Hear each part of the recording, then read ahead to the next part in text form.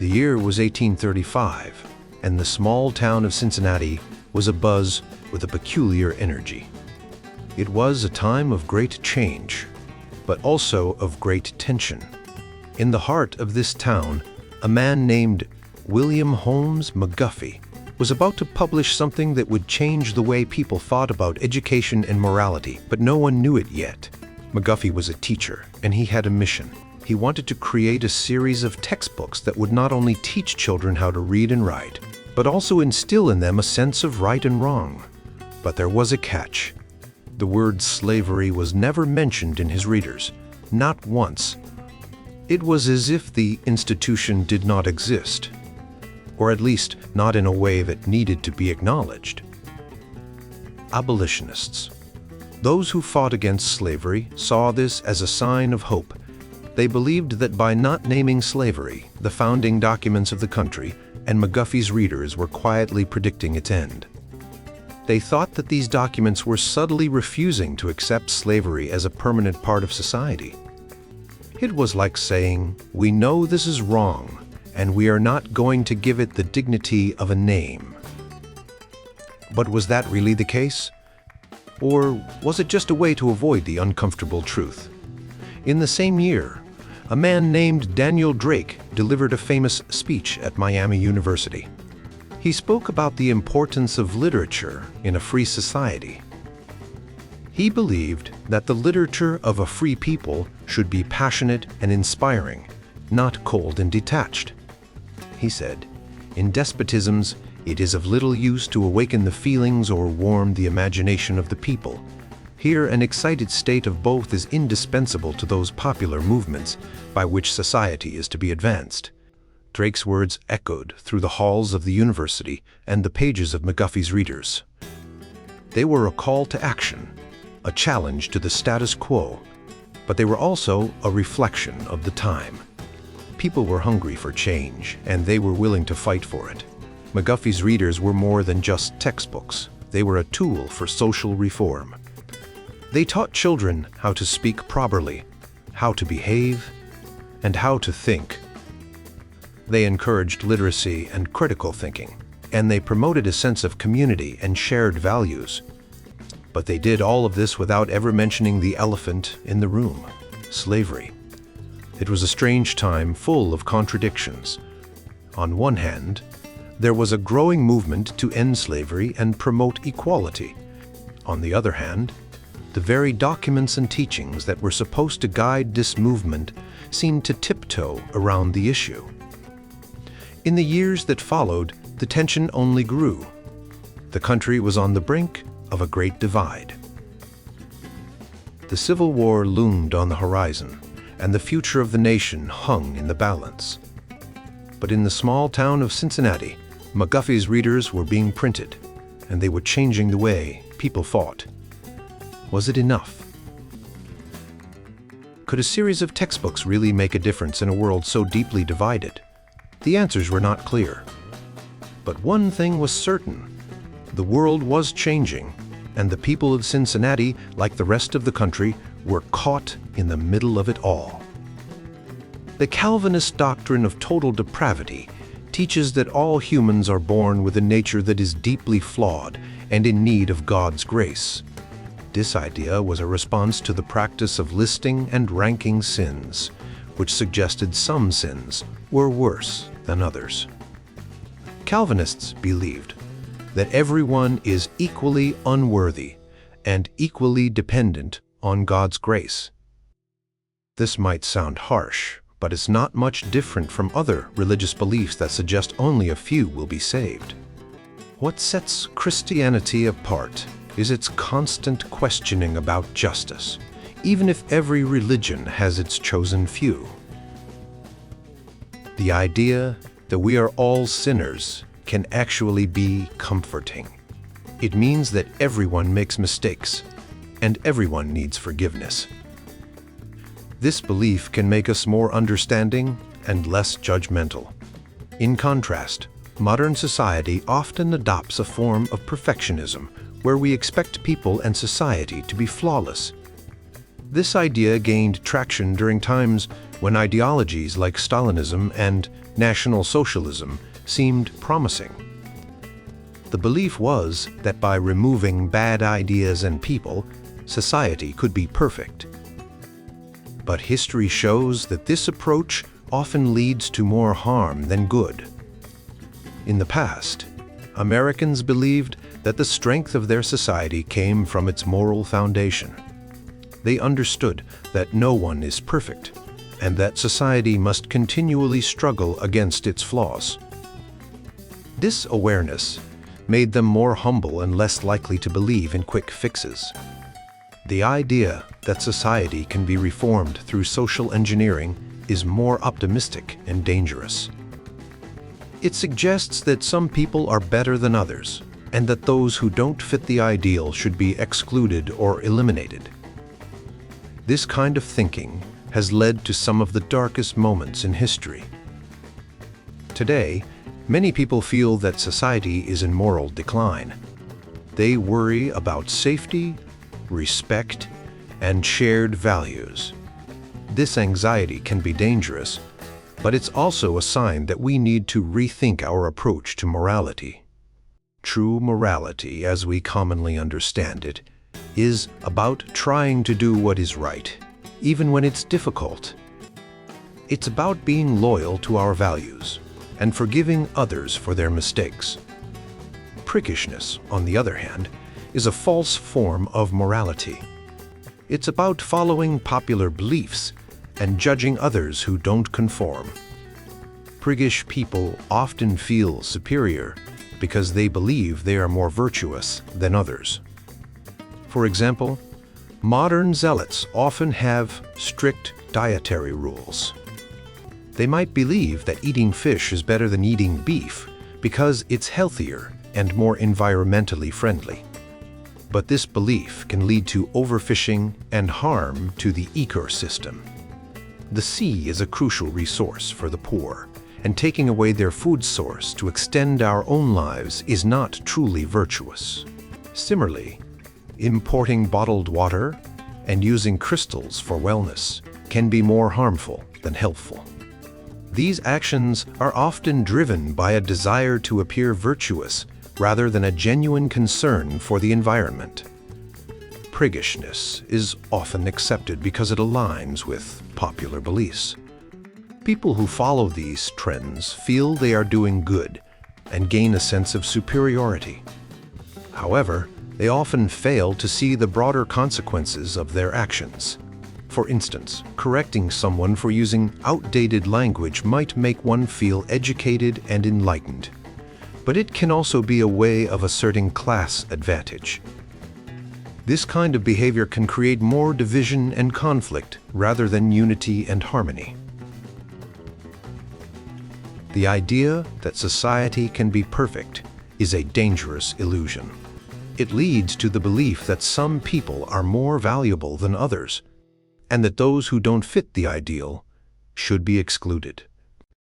True moral progress comes from acknowledging our imperfections and working together to improve. It's about being kind, forgiving, and understanding, not about enforcing strict rules or judging others. In a world that is complex and imperfect, the best we can do is to strive for kindness and compassion, recognizing that we are all in this together. We're often told that everything we are and everything around us, like big cities or quiet farming villages, is just a result of a very long, very big explosion in space. Over time, this explosion led to the creation of elements and atmospheres that eventually produced humans. It's a wild idea, but it makes sense in a way. We're told that it's just a series of accidents and coincidences, but somehow these accidents led to us complicated beings who can live in big cities, small towns, or even alone on mountains. But here's the thing. It's really strange that we can adapt to so many different ways of living. We've survived ice ages, famines, and wars. We've built cities and then left them empty. We've created and destroyed civilizations, yet we've remained the same at our core. This ability to change and adapt is part of what makes us human, but it also means we're never quite at home anywhere. We're like wanderers, always trying to find a place where we fit in. Some people think that if we just change society, we can make everyone happy. They believe that if we get rid of certain words or images, we can get rid of bad things in society. But this idea is flawed. Words and ideas are complex, and they don't always mean the same thing to everyone. Just because someone uses an old word doesn't mean they hold old beliefs. Sometimes the people who are most eager to correct others are just trying to feel superior. They want to be seen as more moral or more enlightened, but they often end up being judgmental and exclusive. Think about it this way. If we always blame society for our problems, we miss the bigger picture. We start to think that if we just change society, everything will be perfect. But what if the problem isn't society at all? What if the problem is that we're just not meant to be completely happy and content? What if our discontent is what drives us to keep trying, to keep improving, and to keep searching for something more? There's a danger in thinking that we can simply fix society. History is full of examples where people tried to create perfect societies, and it usually ended badly. We've seen it in revolutions, in political movements, and in social experiments. The idea that we can transform society and everyone in it is tempting, but it often leads to harm. It's easier to blame others for our unhappiness than to accept that we're all a little bit flawed and that's okay. Some people think that if we just educate everyone, if we just make everyone more aware, then we can solve all our problems. But this often leads to a kind of moral superiority where people feel they are better than others because they know the right words or have the right beliefs. This can be just as harmful as the problems they're trying to solve. It creates a divide between those who are in and those who are out, and it can make people feel judged and isolated. Take, for example, the way we've changed how we talk about different groups of people. We've become very sensitive to language, and that's not a bad thing. But sometimes, it feels like we're more focused on the words than on the actual issues. We might feel good about using the right words, but that doesn't mean we're actually making a difference. It's easy to be a critic, but it's much harder to be a problem solver. In the end, we need to be careful about how we judge others. We all have our flaws, and we all make mistakes. Instead of trying to create a perfect society, maybe we should focus on being kinder and more understanding. Maybe we should listen more and try to understand where others are coming from. Maybe we should work together to find real solutions to the problems we face, rather than just feeling superior because we know the right words. We're all in this together, and we all have a part to play. We might not be perfect, but that's what makes us human. So let's try to be a little more patient, a little more empathetic, and a little more willing to learn from each other. We might not find all the answers, but we can at least try to make the world a little better for everyone. John Calvin, or John Calvin, as he is known to most, was a deeply influential figure during the 16th century. Born in France and dying in 1564, the same year Shakespeare was born, Calvin was a humanist and theologian whose ideas shaped much of the religious and political landscape of the time. Despite his significant impact, he is often overlooked or misunderstood in discussions of American history. Many people only know him as a strict and somewhat harsh figure, but his contributions deserve a closer look.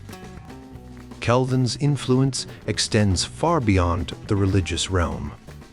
His ideas were instrumental in shaping the political thinking of John Locke, a key figure in the English Revolution and the Enlightenment.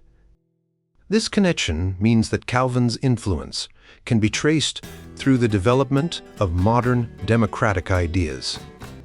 Yet, when we talk about American history, Calvin's name rarely comes up, or if it does, it's often in a negative light.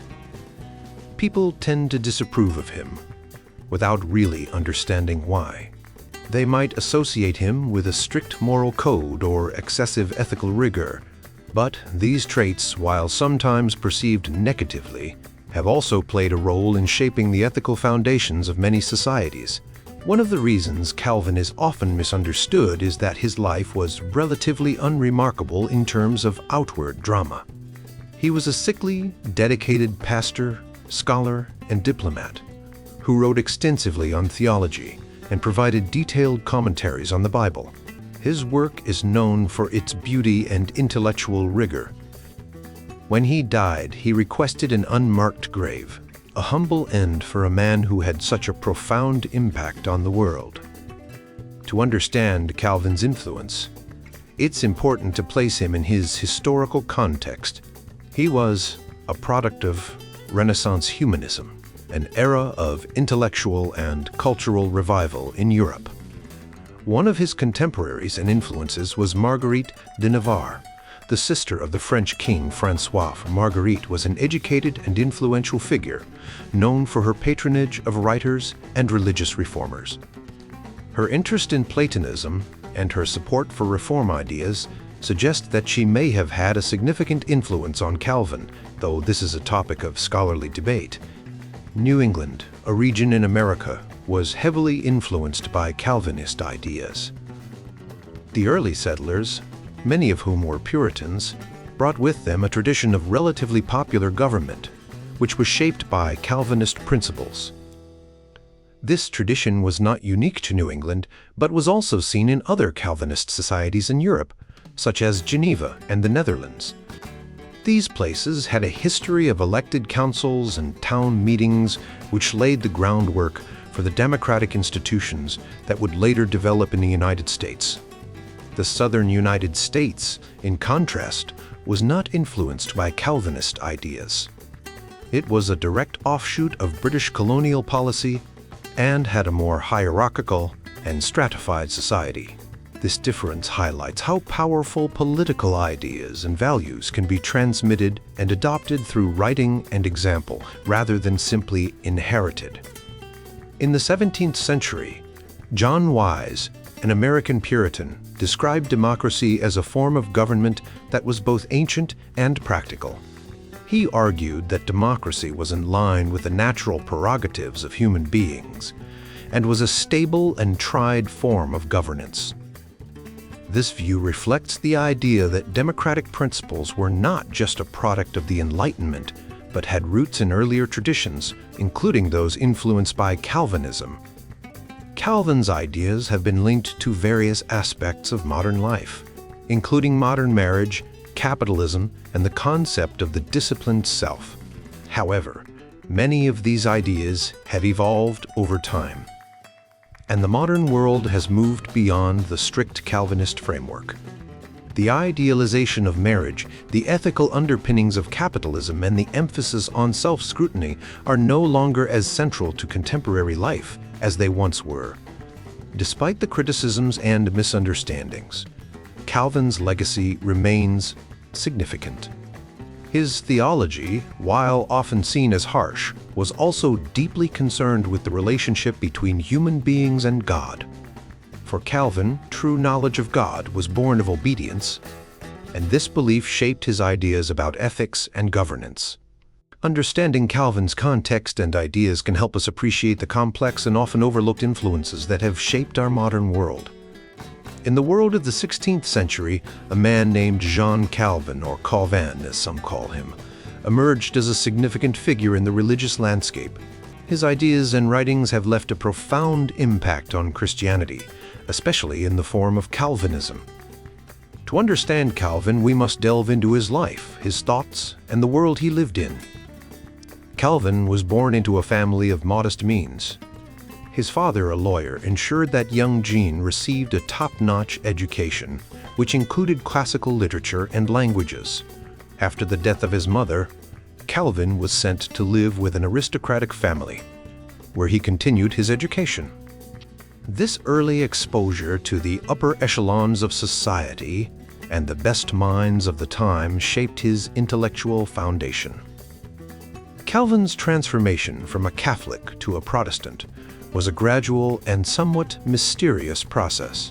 Unlike Martin Luther, who is known for his dramatic and emotional conversion, Calvin kept silent about the circumstances of his change. This reticence was a hallmark of his character, reflecting a deep-seated desire to focus on the message rather than the messenger.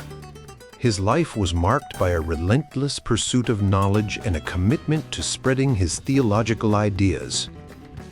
Calvin's most famous work, The Institutes of the Christian Religion, was a comprehensive treatise on his beliefs. It was not a new theology, as Calvin himself would be quick to point out, but a clear and systematic explanation of what he believed to be the true teachings of the Bible. The Institutes covered a wide range of topics, from the nature of God to the role of the Church, and became a cornerstone of Protestant thought. One of the central ideas in Calvin's theology is the concept of predestination. This doctrine, which states that God has already determined who will be saved and who will not, is often misunderstood.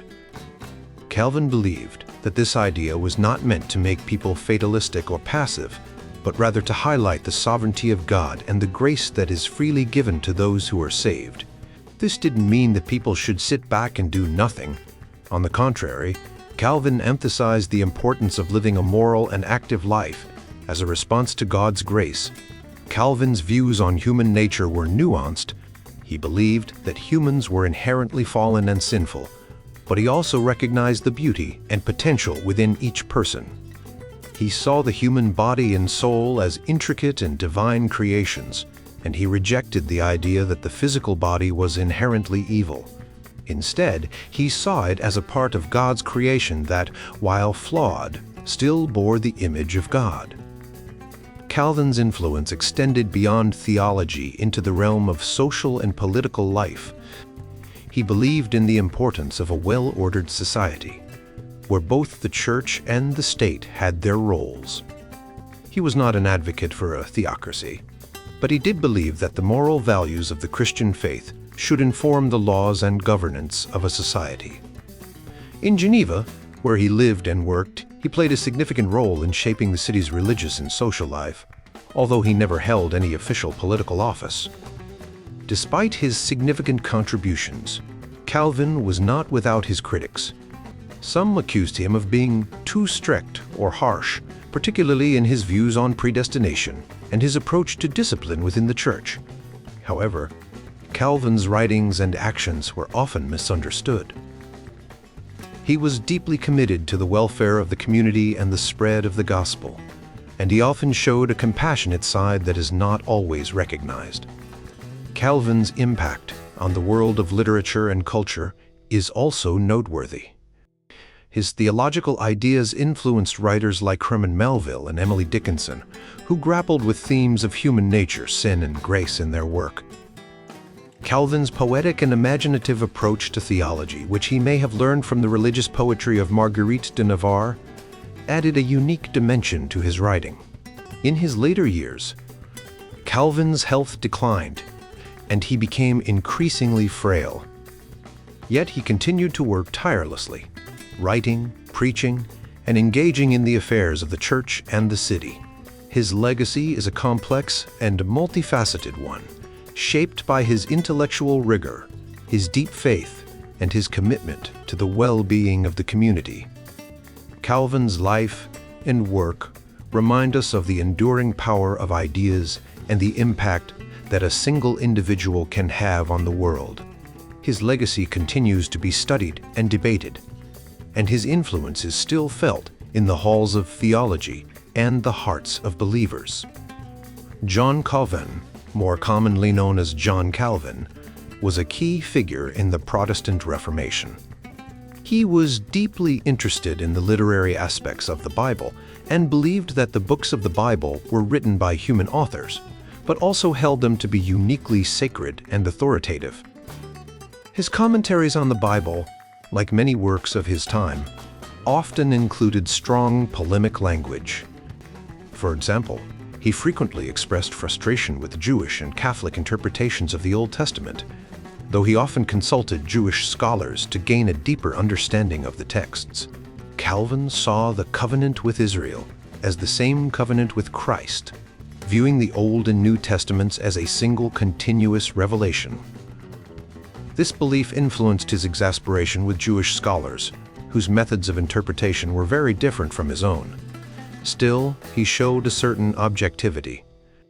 For instance, despite his strong belief in the Trinity, he refused to find evidence for it in the plural form Elohim in Genesis, recognizing it as a Hebrew linguistic rather than a theological statement.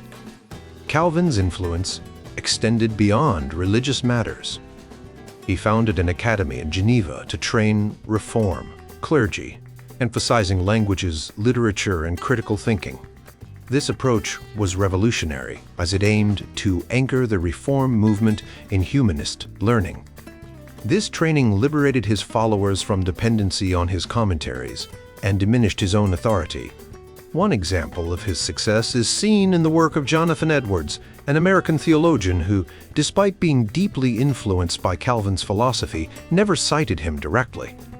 Edwards felt no need to acknowledge his debt to Calvin, showing how deeply embedded Calvin's ideas had become in the tradition. Calvin's relationship with Marguerite de Navarre, the sister of the King of France, was significant. Marguerite was a strong supporter of the Reform movement and protected Reform preachers and writers.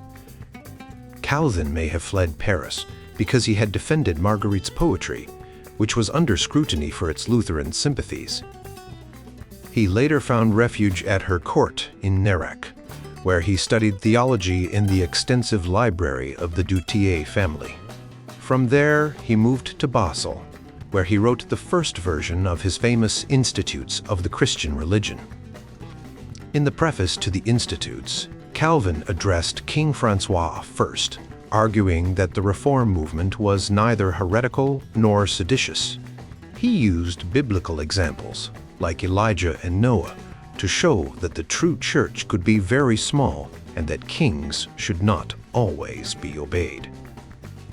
This bold stance was reinforced in the chapter on civil government, where Calvin argued that authority must be obeyed even if corrupt, because it is established by God. However, he also noted that there were times when rebellion was justified, especially when rulers led people away from obedience to God. Calvin's views on civil disobedience were particularly influential.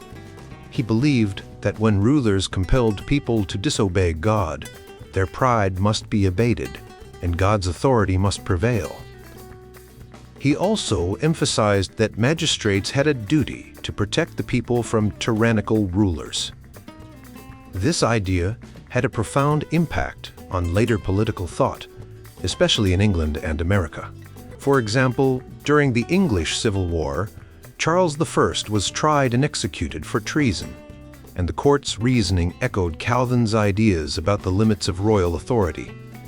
The Geneva Bible, first published in 1560, was a significant influence on political and religious thought in England and America. It included extensive notes from Reform writers, including Calvin, which were often critical of monarchical authority. These notes were removed in the King James Version, published in 1611. But the Geneva Bible continued to shape the thinking of influential figures like Shakespeare and Milton. Despite his reputation for severity, Calvin's Geneva was not as harsh as often portrayed. Judicial violence was common in Europe at the time, and Geneva's laws and practices were not out of step with those of other cities. Calvin's efforts to create a more educated and religiously engaged society were part of a broader Renaissance interest in learning and scholarship. His focus on sermons and lectures, rather than traditional rituals, reflected the scholarly and literary values of his time. Calvin's legacy is complex. While he approved the execution of Michael Servetus for heresy, this was an anomaly in his career. Many other significant figures in religious and political history have been responsible for far more severe actions. Calvin's contributions to the Reformation and the development of a new social order in Geneva have had lasting impacts, influencing political and religious thought for centuries. Sebastiano Castellio, a friend of Michael Servetus, was very angry with John Calvin. Servetus had been put to death in Geneva for his ideas, and Castellio wrote a powerful critique of Calvin, arguing that Calvin was wrong to support the punishment of heresy. Castellio's criticism was so strong that it made people question the practice of religious and intellectual repression. Calvin's defense, as far as anyone knows, was never published in English except for the parts that Castellio used to attack him. This might be a good thing for Calvin, since Castellio's writings made Calvin look especially harsh and intolerant. Castellio's argument was that Calvin had no right to punish heretics, especially since Calvin didn't consistently apply this punishment. For example, Castellio pointed out that Calvin allowed the works of Aristotle, who denied the creation of the world, and the Quran, and even erotic literature, like Ovid's Art of Love. Castellio wondered why Calvin didn't ban all these books if he was so concerned about heresy. This shows that Geneva, despite Calvin's influence, was not as repressive as Castellio made it seem. The city was part of the Renaissance, a time when humanist ideas and literature were flourishing. The execution of Servetus in Geneva was a complex event. Servetus had written a book that attacked the doctrine of the Trinity, a core belief in Christianity. His ideas were so controversial that even other cities agreed with Geneva's decision to punish him. Calvin himself had even asked for a more humane method of execution, but Servetus was still burned at the stake. Servetus could have saved himself by simply agreeing that Christ was part of the Trinity, but he refused, showing great courage. The trial and execution of Servetus were important because they defined the limits of what Calvinists would accept. Calvin had to show that his movement was a reform of Christian tradition, not a rejection of it. The doctrine of the Trinity was a crucial part of this, as it helped explain how Christ could be both God and human. Calvin had to defend this doctrine to show that his teachings were consistent with Christian tradition. This wasn't just about punishing Servetus. It was about clarifying what Calvinists believed. Interestingly, Calvin's stance on the Trinity also had positive effects. It allowed for a more tolerant attitude toward Jews in Calvinist societies, which was unusual at the time. Calvin believed that the covenant between God and the Jewish people was significant, and this belief helped create a safer environment for Jews. Despite this, the word tolerance often has a negative connotation, as if those who tolerated others did so only for practical reasons. Servetus, like the Cathars before him, had a different view of the Old Testament. He believed that the God of the Old Testament was not the same as the God of the New Testament. Calvin argued strongly against this, emphasizing that the Old Testament was just as much about God's grace and the coming of Christ as the New Testament. This was a way for Calvin to show that his teachings were consistent with Christian tradition. Calvin's views on infant baptism also differed from Servetus's. Calvin believed that infants should be baptized as a sign of God's care, while Servetus did not. This showed that Calvin's approach was more compassionate, even if he was strict in other areas. Over time, Calvin's reputation has been shaped by the execution of Servetus. Many people see him as intolerant and harsh. However, it's important to remember that the tradition he started has had many positive influences. Calvinism has contributed to the development of relatively popular government, the high status of women, the separation of church and state, and the emphasis on education. These ideas, which came from Geneva, have had a lasting impact on Western society. Despite this, The energy and excitement of Calvinism have faded. The world has changed, and it's hard to imagine the same kind of religious and intellectual fervor that existed during the Renaissance. Yet, in a time when many people are nostalgic for the past, it's important to understand the complexities of history. We often simplify the past, turning it into a caricature, and lose the richness and depth of the people and ideas that shaped our world. Marguerite de Navarre, a contemporary of Calvin, was a powerful and influential figure in her own right. She was a patron of the arts and a protector of the early Reformation in France. Her court at Pau, in southern France, was a center of intellectual and literary activity. Marguerite wrote poetry, plays, and fiction in French, which was just beginning to emerge as a literary language.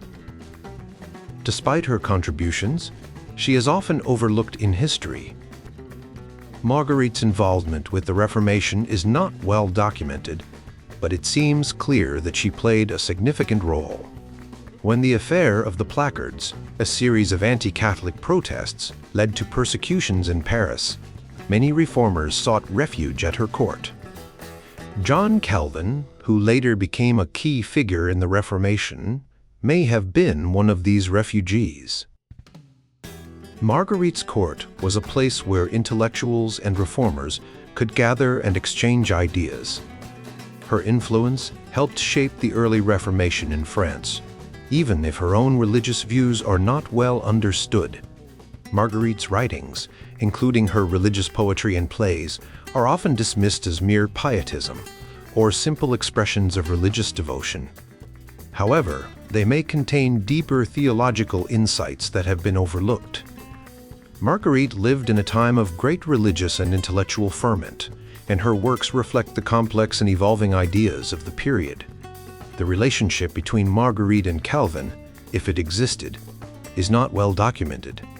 However, it's clear that they moved in similar circles and shared many of the same intellectual and religious interests. Marguerite's court was a place where the ideas that would shape the Reformation could flourish, and she played a crucial role in nurturing these ideas.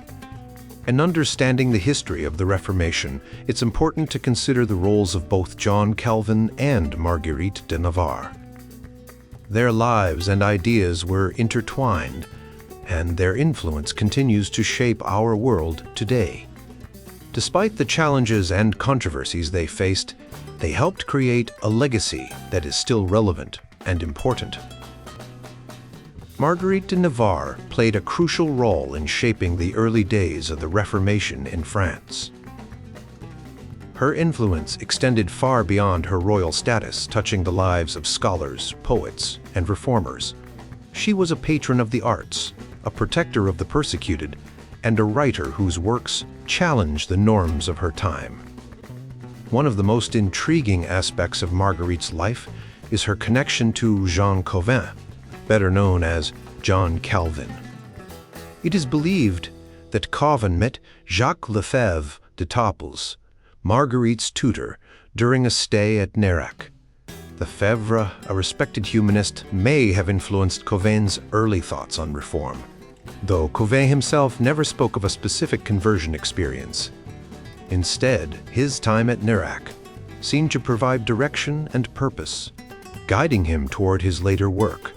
Calvin's journey continued as he moved from the Dutilleux household, where he had access to a vast library, to Basel, Switzerland.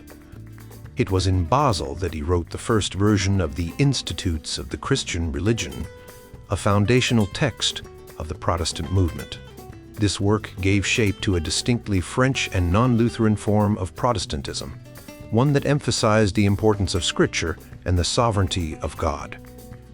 Marguerite's influence was not limited to Calvin. She also supported Clement Marot, a poet who faced persecution for his heretical views. Marot's translation of the Psalms into French verse became a cornerstone of Reformed worship, enriching the spiritual lives of believers and advancing the art of music.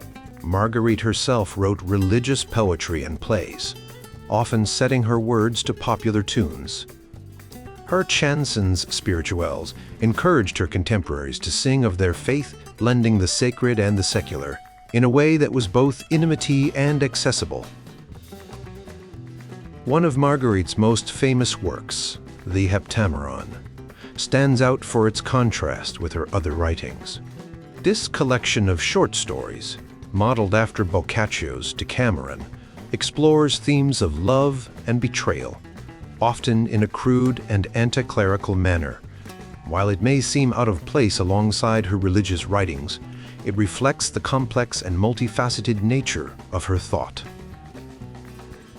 Marriage, a central theme in her work, was reimagined by Covain in a way that emphasized mutual love and fidelity.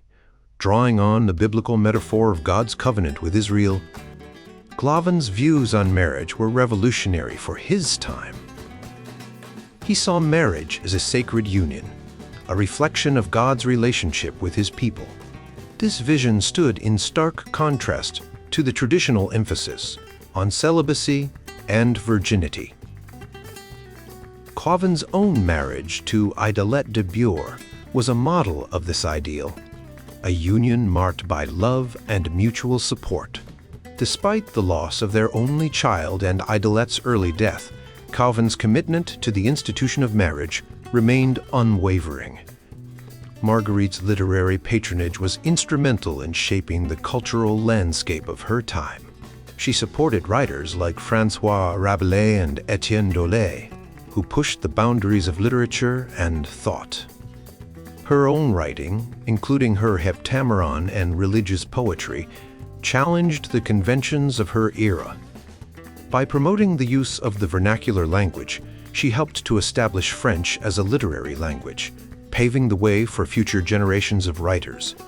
The legacy of Marguerite and Calvin extends far beyond their own lives. Their contributions to the Reformation and to French culture continue to be felt today. Marguerite's vision of a reformed faith that was both orthodox and aesthetically pleasing, and Calvin's emphasis on the sovereignty of God and the importance of Scripture, laid the groundwork for a movement that transformed the religious and social landscape of Europe. In the end, the story of Marguerite and Calvin is a tale of transformation, of individuals who used their talents and influence to shape a new world. Their lives and works remind us that change is possible, that new ideas can take root and flourish, and that the power of the written word can change the course of history.